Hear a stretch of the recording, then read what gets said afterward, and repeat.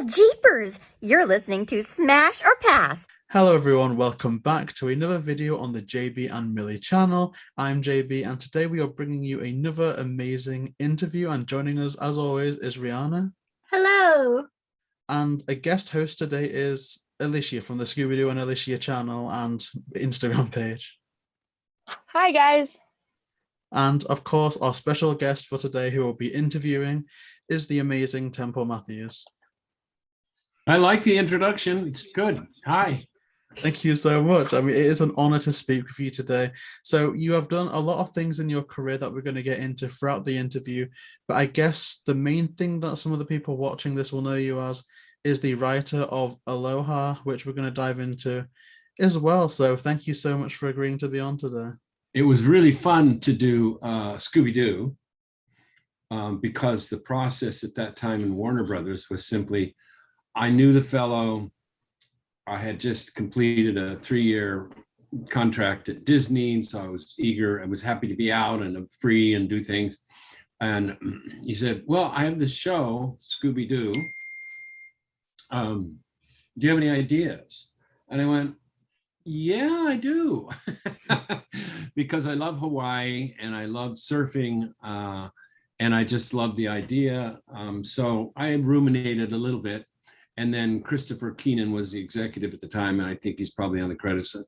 And so, you know, I wrote the script, and it was lovely for them to say, go away and write the script. And I did that, which I think is a really good way to work with writers and artists and people, is to, like Pixar knows how to do that, is say, go and do your thing, and then we can talk about it.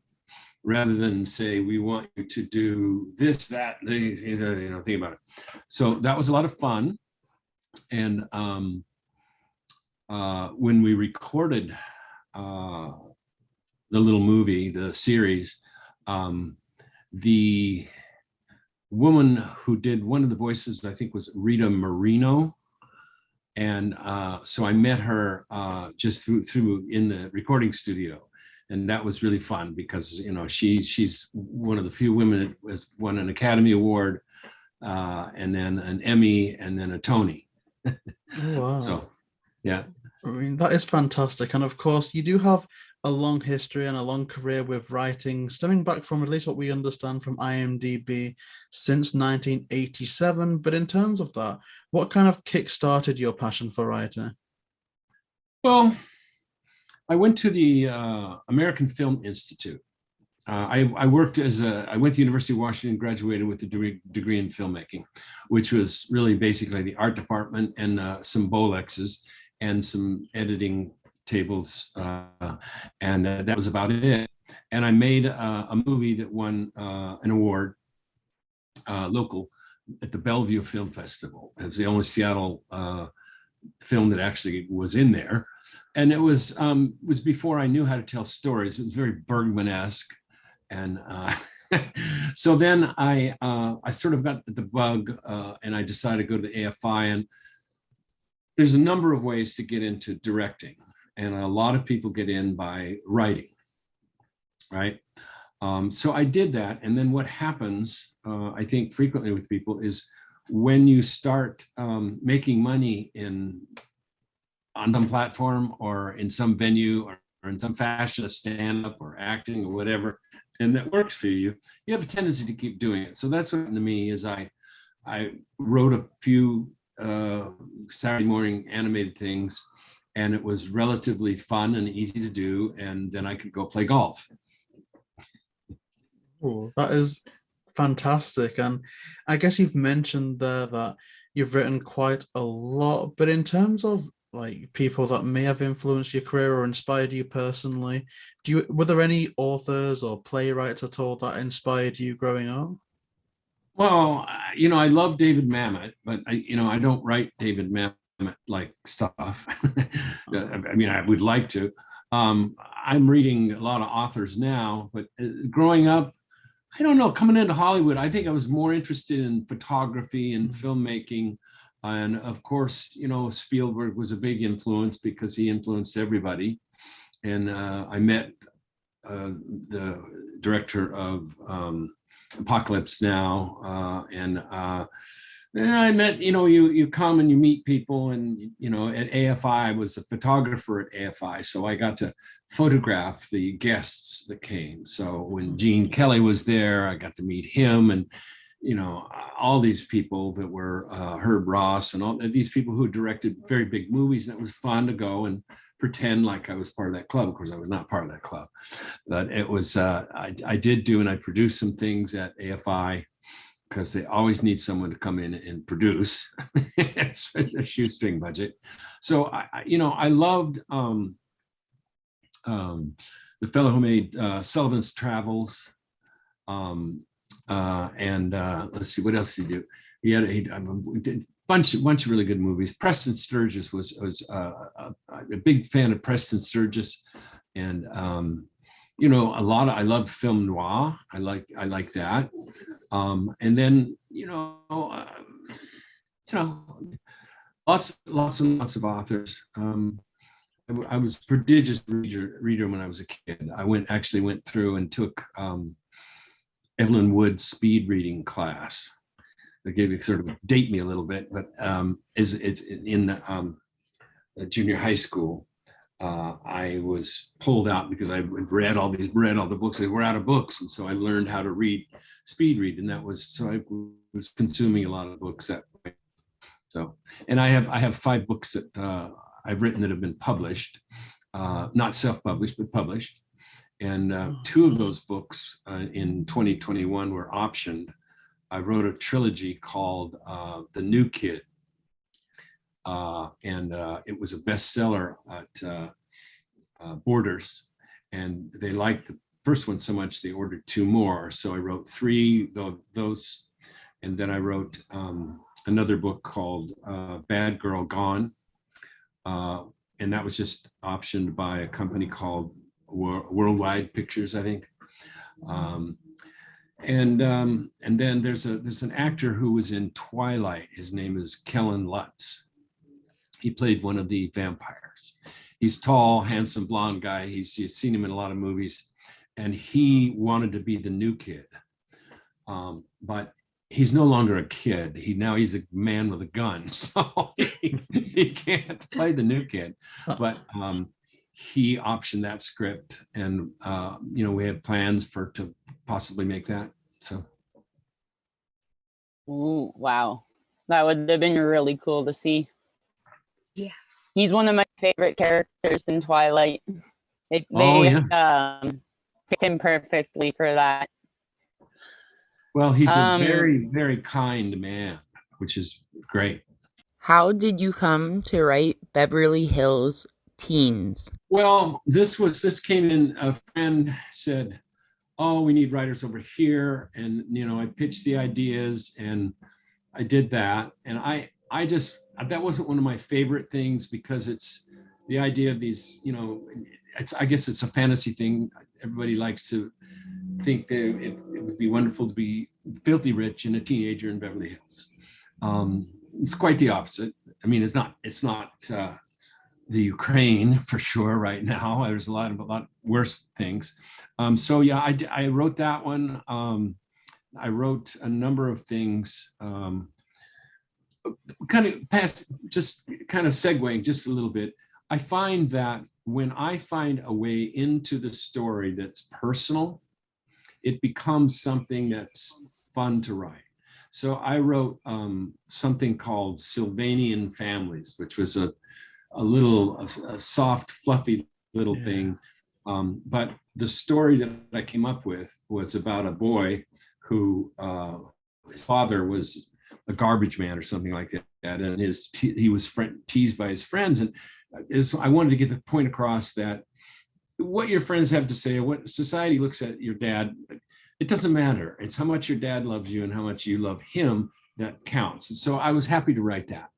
You have written a number of novels in different genres, but is there a particular type of novel that you would like to write?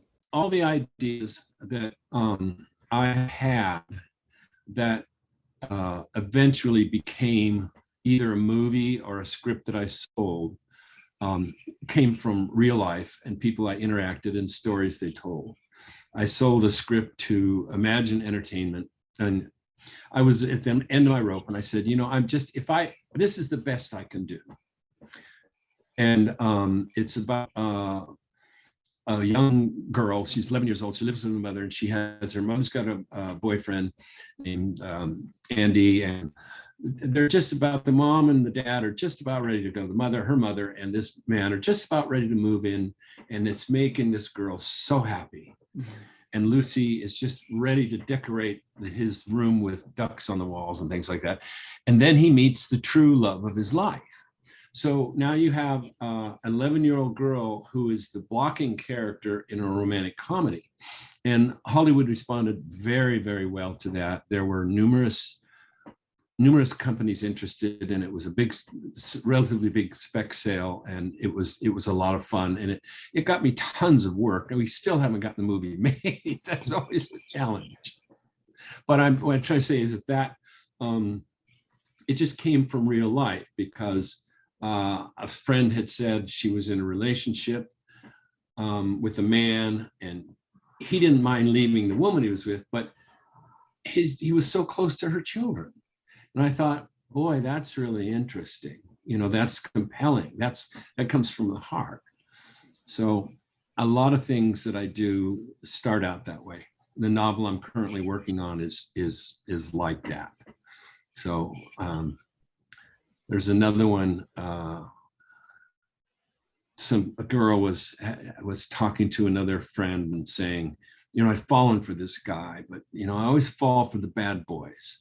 And she goes, well, yeah, you know, you do, whatever. And so this charismatic man kind of enters the girls' world, these young women's world, and he's very charismatic, and he charms them both. And so they're both, for the first time, vying for attention. And then the girl sort of loses, the one who's not the hottie, she starts noticing things about the guy, that maybe he's not just a bad boy, but he's a really bad boy, as in serial killer bad boy. So, but when she tries to talk her friend out of it, her friend thinks, oh, that's just sour grapes. So again, that's another just an idea that people were talking, and things that come from the heart. So that's very important. That's amazing. And, you know, I've read some of your work, and I just get so lost when I'm reading like the novels and everything, because I can tell that it does come from the heart, and it shows in the writing and how everything is structured. And your writing is incredible. And you know, you've written from the point of view of both male and female characters. So how does writing for one differ from the other? Well, my answer to that is, when people talk about sexuality, they have a tendency to categorize. They like to categorize. It's easy for them to categorize. And that way they don't have to think about it. And what my feeling about sexuality is kind of like, I feel like autism. And there's a beautiful book written by Richard Powers called Enlightenment, I believe. Bewildered. He wrote Understory. He won the Pulitzer Prize for writing Understory, which is a fabulous book about trees. In this one, he has a child who is perceived as difficult, et cetera, et cetera. One of the things he says is the people say he's on the spectrum. And so I go, he writes in the book, he said, but in truth, we're all on the spectrum. You know, I mean, we're all, from birth to death, we're all on the spectrum. And so I kind of think of sexuality that way. It's easy for me to write female characters, easy for me to write male characters. I don't ask where it's come from. So I must be somewhere on the gender spectrum. That's really interesting. Thank you for that. And the front covers of your young adult book series, which we kind of got into a little bit earlier, The New Kid, have a very live action show kind of vibe to it. So if they were adapted into a movie, who would be your ideal Will Hunter? Well, there's so many lists. Right now, I like to think about going a little bit against type. there's a TV show called Reacher. Now, Tom Cruise was a good reacher because he's 5'5" or 5'7" or something. He's not this monstrous Terminator type guy. And then in the series now, they have a guy who's he's a walking brick wall. To me, it's not nearly as effective. So the new kid doesn't have to be, exceedingly tough and muscular, athletic. He just has to be smart. So any number of young, smart actors, I think, would be really fine. I don't happen to have a list, and I'm sorry if I was supposed to prepare for that, but I don't happen to have a list. But a young Daniel Craig. Put it that way. Yeah, you go back and find him when he's about 15, 16 years old. That would be the ideal, and that's incredible. So no worries at all. Thank you so much. I guess moving on with your career, something that I personally love is the sequel to Peter Pan, and I know that you also did the sequel to The Little Mermaid. Is there any extra or additional pressures involved in continuing from a movie or a franchise that was quite popular beforehand? Yeah, well, imagine going to see in I don't know what it was, 89, it was a long time ago, to go into the theater and see The Little Mermaid, which is the movie that restarted animation in Hollywood and around the world. I mean, it was such a glorious, such a beautiful movie. So that was quite daunting. I was brought in after they had interviewed me for another job, and I didn't get it. And they said, you were so graceful in defeat that we think we'd like to work with you. So they said, we have all these character designs, we have all this story, but it's not working. In animation, try and imagine The Godfather, directed not by Francis Coppola, but by 8 different directors, each one with various characters they handle, each one with action sequences, whatever. And they direct those. This way animation is made. People are assigned things because one person cannot do it all. So you have this one sort of uber director, and it sort of manages them all. And animation is very much like that. So often enough at Disney and other places, there are, it's certainly in a feature length, they make a movie and it comes in the pencil tests, and people are going, it's not working. I go, well, why isn't it working? I don't know. So with The Little Mermaid, I found a way, I felt, to make it work, and they were very, very pleased that that worked out. As far as Peter Pan, I wasn't a huge fan of Peter Pan when I was a kid, and Mary Martin, the musical and all that. I wasn't one of those people that was just falling in love with Peter Pan. However, I did watch the movie made in, I don't know, late 50s, early 60s, like that, and I thought, this is really good and funny. It's irreverent and fun, and so once again, I think it's so important. If you Disney said, just do what you're going to do. And so I went and I wrote a draft of that.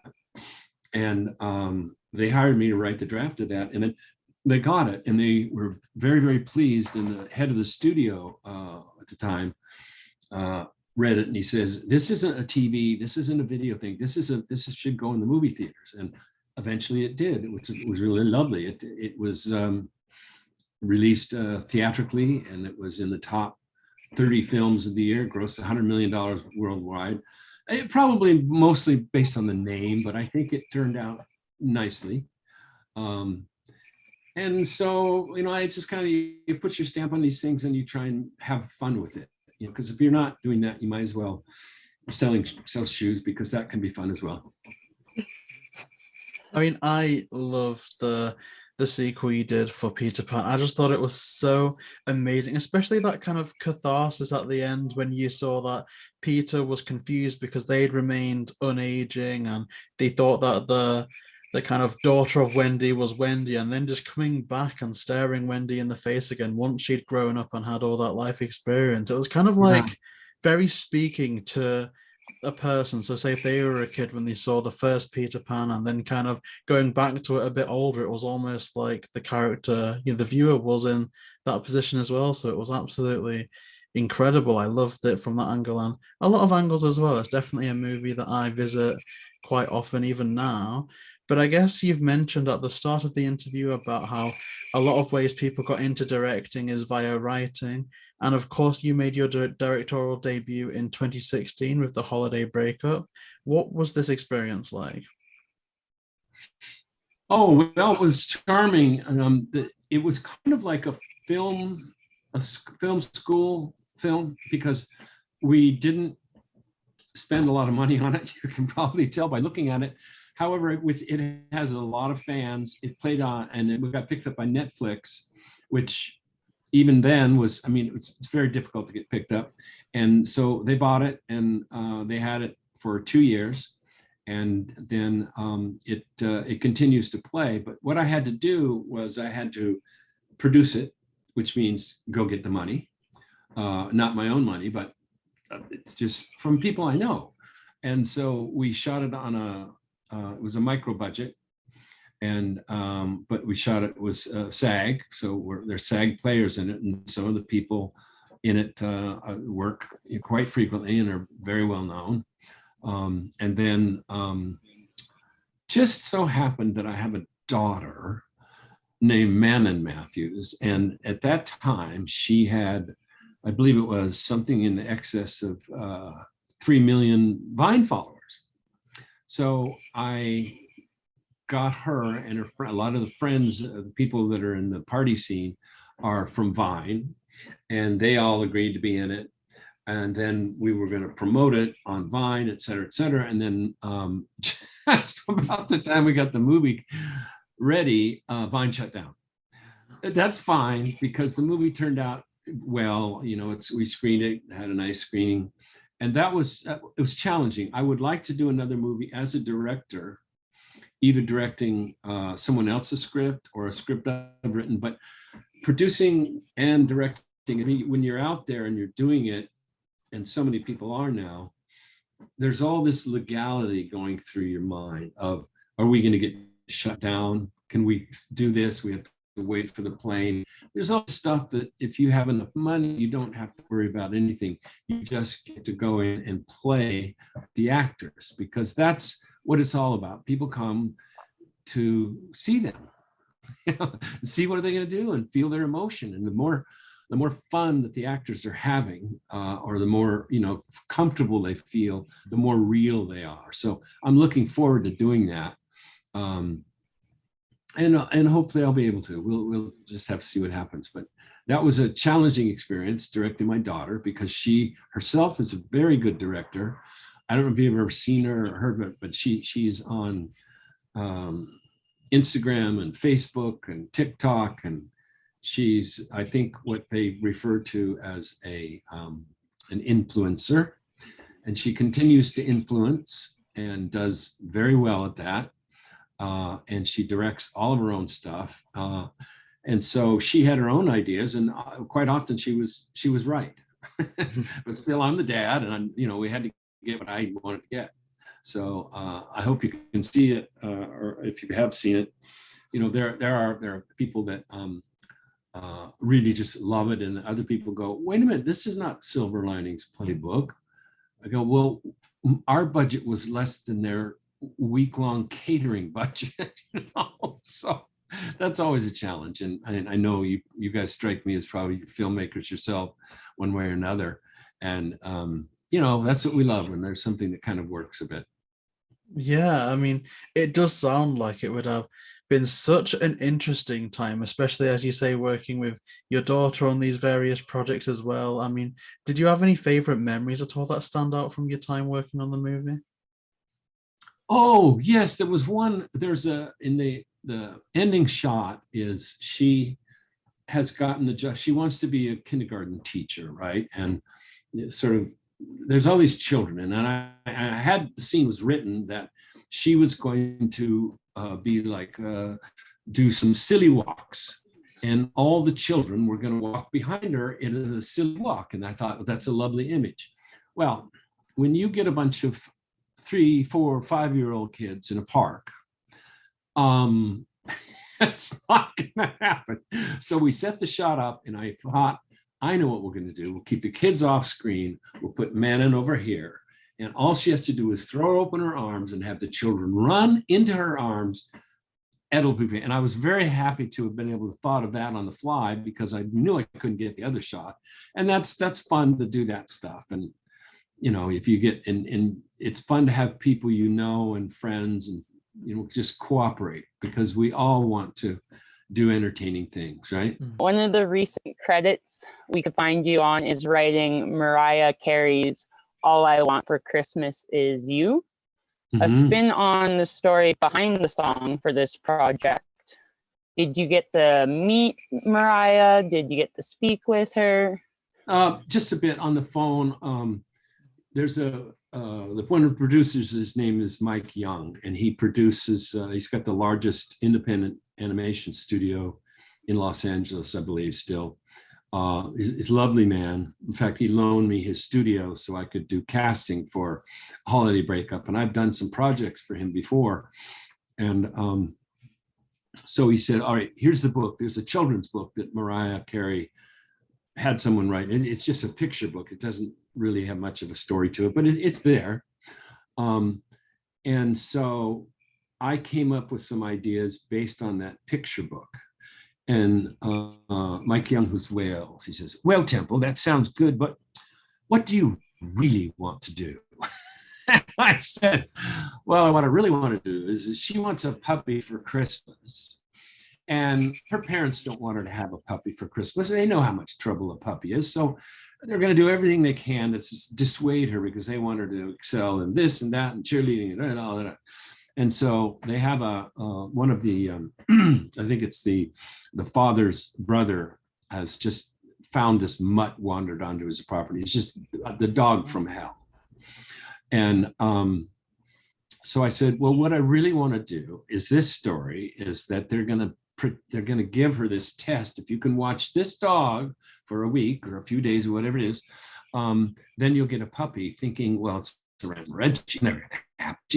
She's never going to be, totally never going to happen. And you know what the story's going to be, of course, but it is charming because the dog causes lots and lots of trouble. And as soon as Mike heard that, he said, all right, we're in business now. So that was funny. You wrote the TV movie Picture This that starred Robbie Amell. Did you ever get to see his version of Fred Jones? And if so, what did you think about him playing Fred Jones? Well, you know, I'd only spent a week in Montreal when they were filming, and most of my interaction was with the young star Ashley Tisdale. And so I didn't interact as much with him. He was just kind of like the resident, really good looking kid. And so I did not see his portrayal of Scooby-Doo. I now that you mention it, I understand he's done a lot of work. And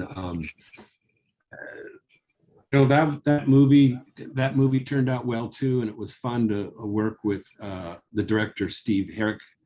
And Steve Herrick was, they called it the $1 billion Disney, because he directed The Mighty Ducks, and he directed, I think it was 101 Dalmatians Part 2, or maybe it was one of the ones. And so those were very big movies. They made tons of money. And, you know, he was a fun guy to work with. And I worked with him a couple different projects, but we, you know, it was fun. And sometimes, you know, like, again, part of the movie making is when you're actually doing it and there's something on the page, you got actors, you have the money and all this stuff, you go, we've got to think of another way to do this. So I was called in and had to rewrite some scenes in the fly there. And Montreal was lovely, and the movie did very well in its time slot. It was never, I had never thought of it as a TV movie, because I don't think of things in those terms. Everything I write is a big feature film. And then it ends up however it ends up. Did you watch any Scooby-Doo growing up, or did you go back to watch the series or films when hired to write Aloha Scooby-Doo? I liked Scooby-Doo. I wasn't a fanatic fan about Scooby-Doo. But as I say, what happens is when you get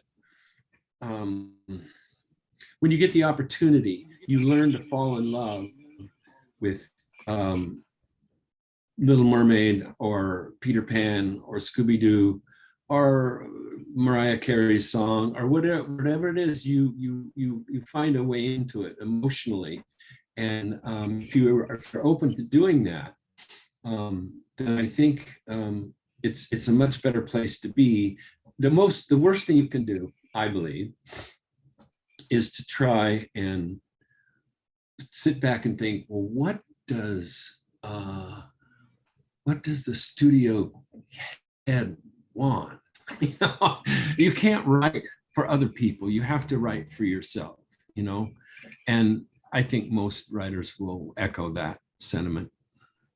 So in answer to your question, I wasn't a huge Scooby-Doo fan, but I started watching it. I'm looking at it, and it's delightful. It's just something really campy and quirky and fun about it, Oh, that's amazing. And when you were writing for Aloha Scooby-Doo, or even when you went back and watched it, did you have a particular member of Mystery Inc. that was your favorite? Well, no, not really. I'll segue a little bit. Disney hired me to write a feature length, meaning a 90-page, 100-page movie about Pluto. Now, and then they gave me all these tapes to watch. And Pluto only says, I think, 2 or 3 things. So that's a challenge. He said, yeah. And then, no, like just things like that. I go, what am I going to do? But they were very pleased. The movie never got made, but the same with Scooby-Doo. I mean, he's got so many great facial expressions, and you can have a lot of fun with him. And the counterparts with the characters of Daphne and Velma, all that's really fun too. And the most fun I had was coming up with the villain. And Christopher Keenan, who was the executive on it at Warner Brothers, was very, very helpful in that. And because I had always imagined the Wiki-Tiki being one Wiki-Tiki looking thing. And he said, well, what if we did this? And I went, oh, that's marvelous. Let's just have hordes of them. And that was more fun, really. The little tikis, I can't remember what they're called. They're like the tiki minion thingies. I'm sorry, my brain's gone like numb today. They're like one of my favorite parts of the movie, just seeing them going wiki tiki all the way through. So I guess moving more on to Aloha Scooby-Doo, and I know you touched on this a little bit at the beginning, but how did you come to write for it? For the Scooby-Doo? Yes.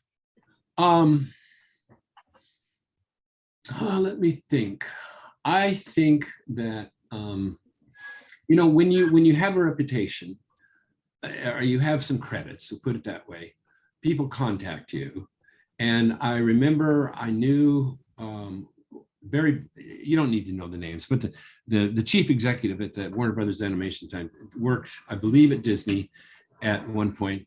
And so they said, hey, how would you like to come in and talk about doing this Scooby-Doo movie? And I said, sure, sounds like fun, and went in, and I hit it off with the executive. And that's very important when you go in and you both talk. And if you're open to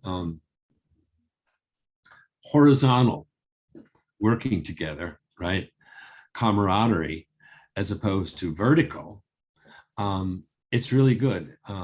And this is a different segue, but when I was at Disney, they had a gentleman come in, some sort of a consultant, psychiatrist or a psychologist came in, and he said that they really encouraged vertical thinking, vertical collaboration there, because if you are thinking, how can we please whoever it is, God or whoever you want to please, it's difficult. It puts pressure on you.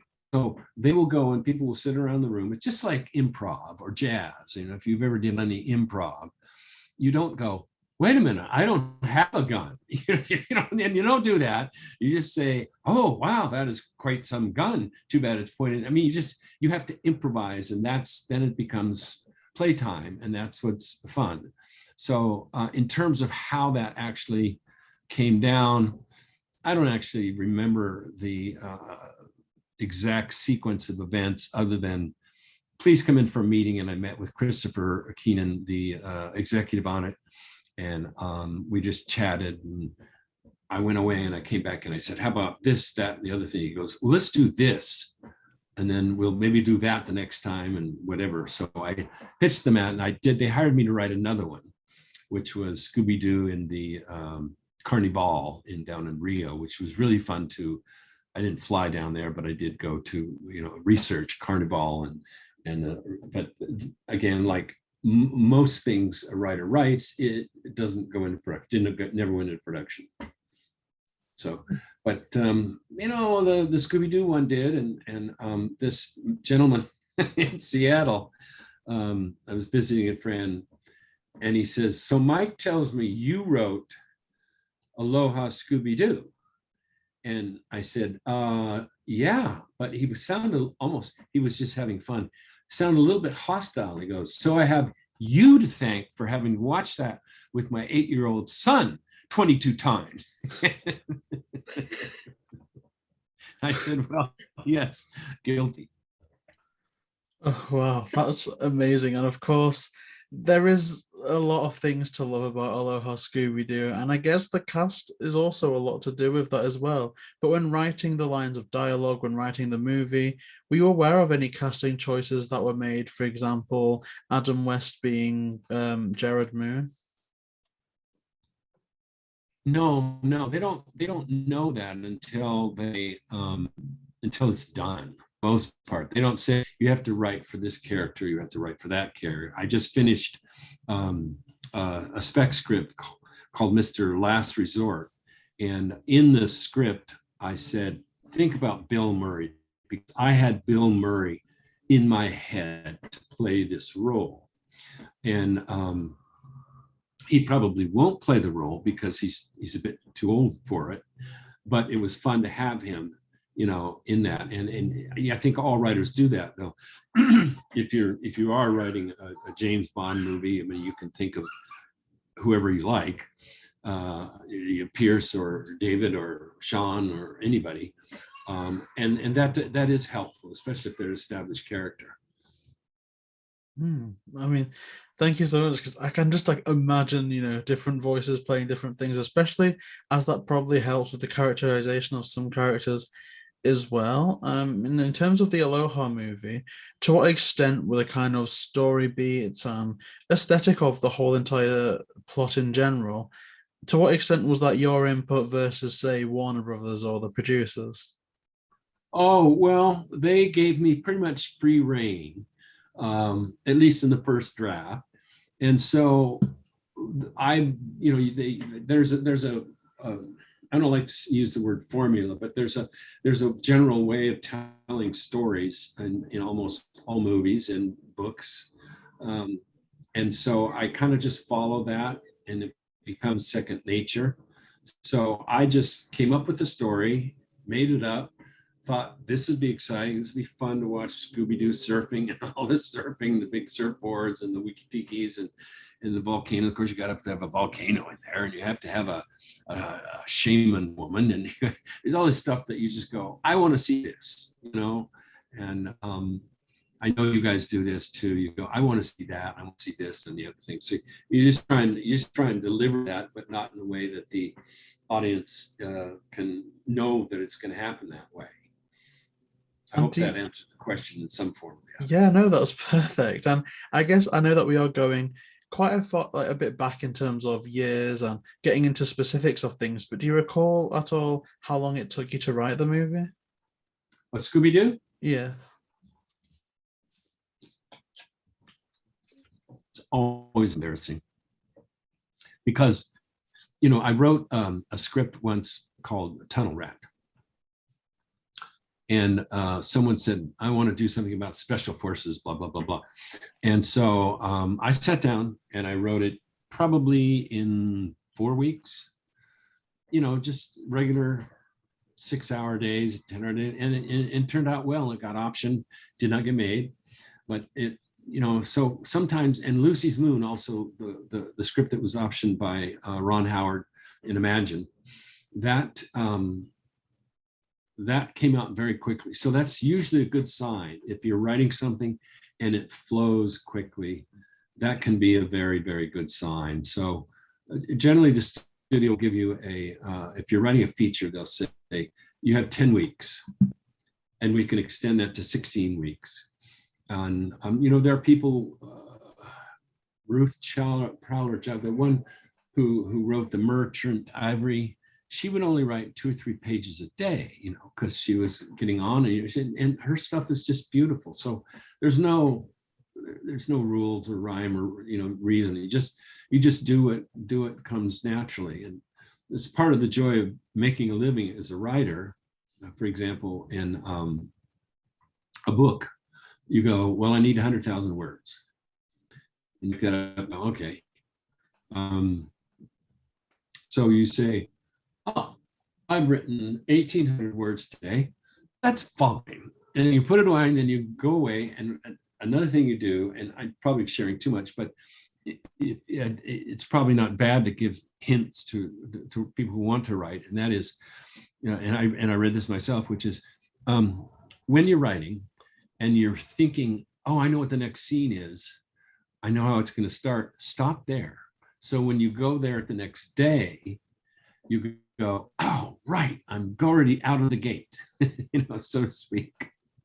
So Scooby-Doo, I don't know, call it a month, maybe a month and a half with rewrites. Everybody has notes. And that's the difference between, say, my brother designs ski areas all over the world. And there's very few people that come up to him and say, I think I would have carved this mountain up differently. But when you write a screenplay, you get not everybody, you get lots and lots of people saying, oh, I think this should happen, or why don't you try this, or let's make them this, or let's do that. When you write a novel, I've yet to have anyone call me up or write me and say, you know what I think you should have done at the end of the New Kid trilogy? I think you should have done this. That's never happened.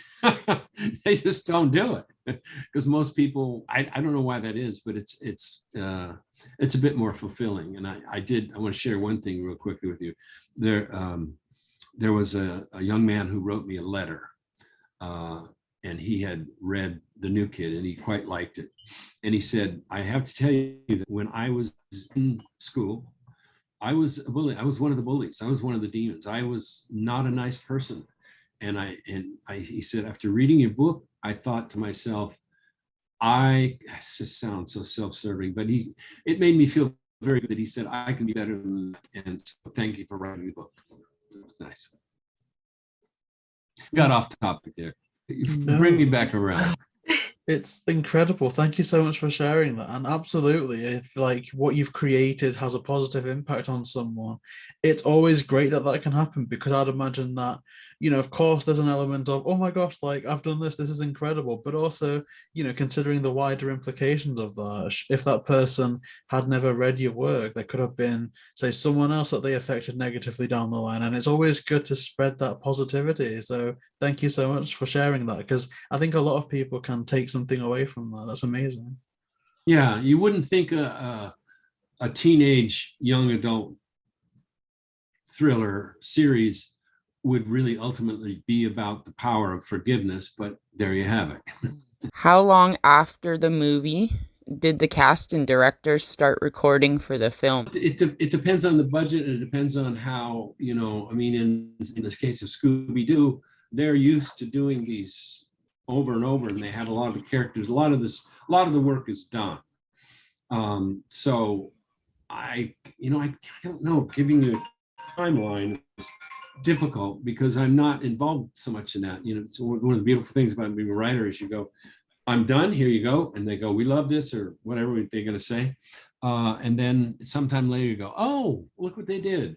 You go, oh, or hey, whatever. So I'm afraid I'm not going to be that much help in giving you concrete timelines in how long it took them to draw it and animate it and all of that. There are challenges. In The Little Mermaid Part 2, they had done significant work. And one of the problems I had with it is I said, she's near icebergs. She has a penguin and a walrus as friends. I mean, how could it? I just thought to myself, this could never work because people are going to go, I'm freezing, I can't watch this. And as it turned out, I was absolutely totally wrong. Nobody seemed to care whatsoever. They said, fine, water's water. So what if it's cold? Doesn't matter. She's a mermaid. She can handle it. To what extent was Hawaiian culture of Hawaii researched for the film? Oh, well, there's a fellow here in Los Angeles has a restaurant. It's called Duke's Restaurant.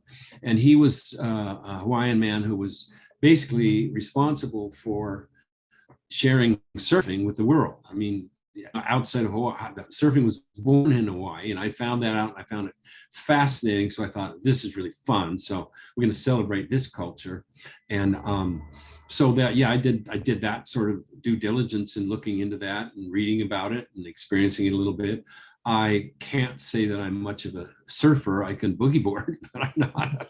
I can't surf like Scooby-Doo. I wish I could, but water's a bit cold. I like Costa Rica.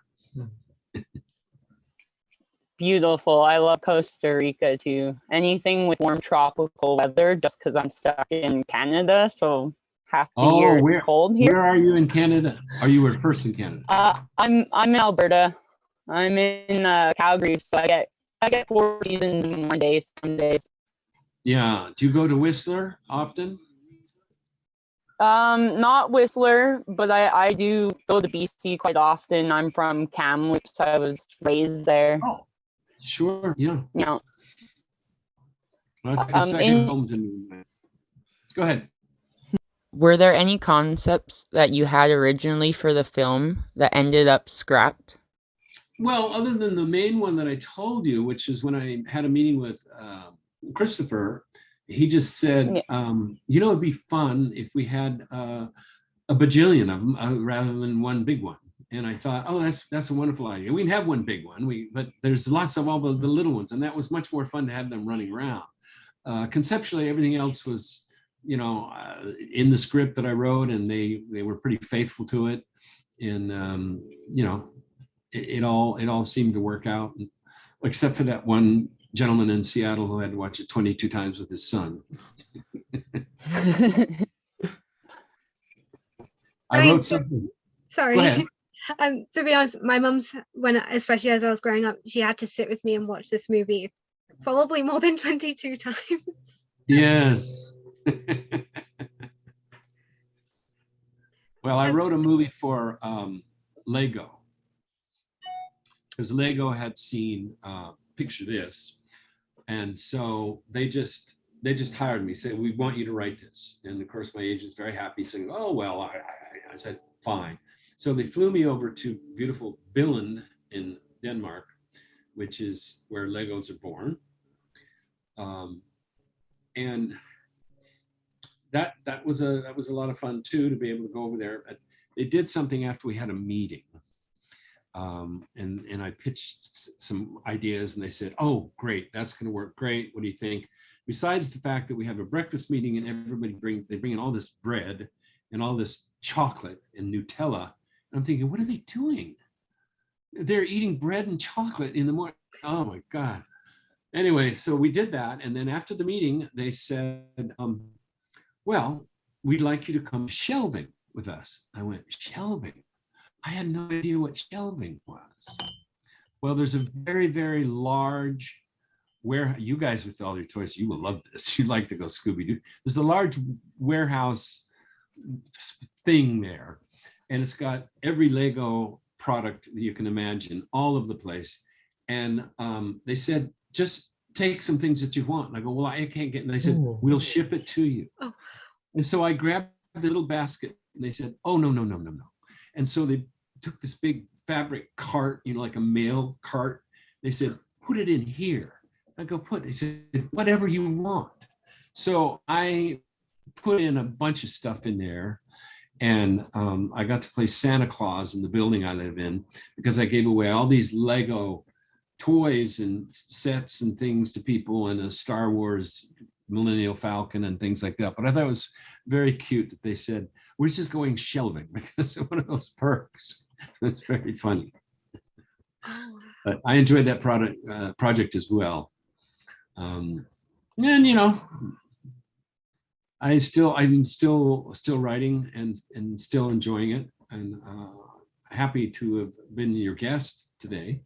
I hope I've fulfilled my duties.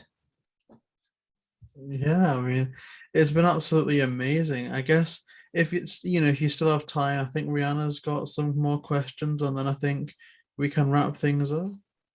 Okay, sure, shoot. Thank you. So I guess the first one is, so in this movie, in Aloha Scooby-Doo, it features the Wiki Tiki as the monster, but we're wondering, were there any other ideas for a potential monster that were entertained but never used? Oh, you mean in my draft? I don't recall. I was setting it in, I knew I wanted to set it in Hawaii, and they responded well saying, oh, we haven't done anything in Hawaii. So I didn't really come up with any fire monsters or volcano hoax, or I think there was some, the woman that is the shaman character that they go and they get advice from. She was part and parcel, but never considered a villain. And I knew that the whole world along with me was tired of developers per se, as being land developers. So we didn't want condo people pushing the surfers out. There's a lot of things that were just rejected, unanimously with ease. So quite truthfully, when I used the term the curse of the Wiki Tiki, they all just went, oh shit. I mean, excuse my language, but they said, oh God, yes, let's just do that. Let's just do that. So there weren't any, what do you have back there? There weren't any bears, or there wasn't anything that was, or evil dogs, or there wasn't a lot of options, because they quite fancied that one quickly. That's awesome. And, the Wiki Tiki is such an amazing monster, because the design and everything. So I guess for my final question, if I should do it, after the movie was finished, were you ever in talks to write another Scooby-Doo movie? And if you were possibly approached now to write another one, or even write a Scooby-Doo novel, would you be interested? I'm always interested if someone is interested in me and to spend the time, because it's a lovely way to pass the time and make a living, et cetera, et cetera. And they did hire me to write the Scooby-Doo in Rio, in Carnival, Scooby-Doo in Carnival, with the idea of him, Scooby-Doo, looking like Carmen Miranda with the fruit basket on his head and whatnot. And I quite enjoyed doing the research. I don't know why. There's executive changes and things. Just stuff always happens, because there's a lot of it that's done by committee. And so I'm not actively pursuing another Scooby-Doo movie, but if someone listens to the podcast, I don't know, what's his signature thing that he does? What does Scooby-Doo?